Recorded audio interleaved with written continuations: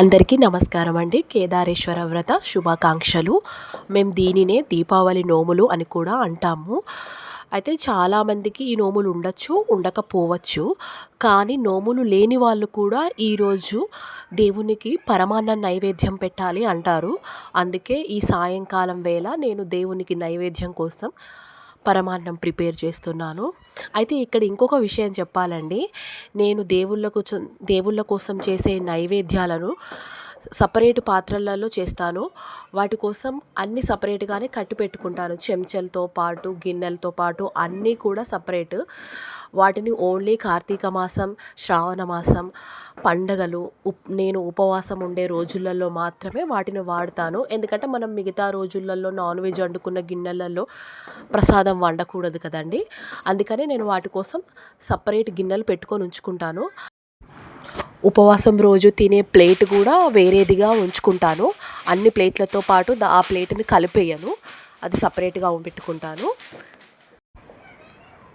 నేను ఏ వంట కోసమైనా కూడా, అంటే నైవేద్యాల కోసం కానీ, లేదంటే నార్మల్గా డైలీ వంట చేసుకునే పాత్రలు కూడా అన్నీ స్టీల్వే వాడతారండి. ఎందుకంటే రాతి వెండి పాత్రలు వాడద్దు అంటారు కదా, అవి ఆరోగ్యానికి మంచివి కాదంటారు కదా. అందుకనే స్టీల్వే ఎక్కువ వాడతానండి. చూసారు కదా, ఇలా కార్తీక మాసం, శ్రావణ మాసం కోసం పాత్రలన్నీ కడిగి పైన సజ్జం మీద క్లాత్లో కట్టేసి పెట్టుకుంటాను. నైవేద్యం సిద్ధమైందండి. ఇక దేవుడికి సమర్పించేస్తే సరిపోతుంది. సాయంకాలం పూజ కూడా కంప్లీట్ అయిపోయింది. ఇక ప్రహరీ గోడల మీద దీపాలు వెలిగించే పని ఒక్కటి ఉందండి. అది కూడా కానిచ్చేస్తే మొత్తం కంప్లీట్ అయిపోయినట్టేనండి. అయితే నాకు కింద ముగ్గులు వేసి వాటిలో దీపాలు అలంకరణ చేయడం అంటే చాలా ఇష్టం. కానీ పెట్టను, ఎందుకంటే నాకు పిల్లలు చిన్నవాళ్ళండి. సో వాళ్ళు అటు ఇటు పరిగెత్తేటప్పుడు ఏదైనా కాలు తాకినా ఏదైనా పెద్ద ప్రమాదాలే జరగచ్చు.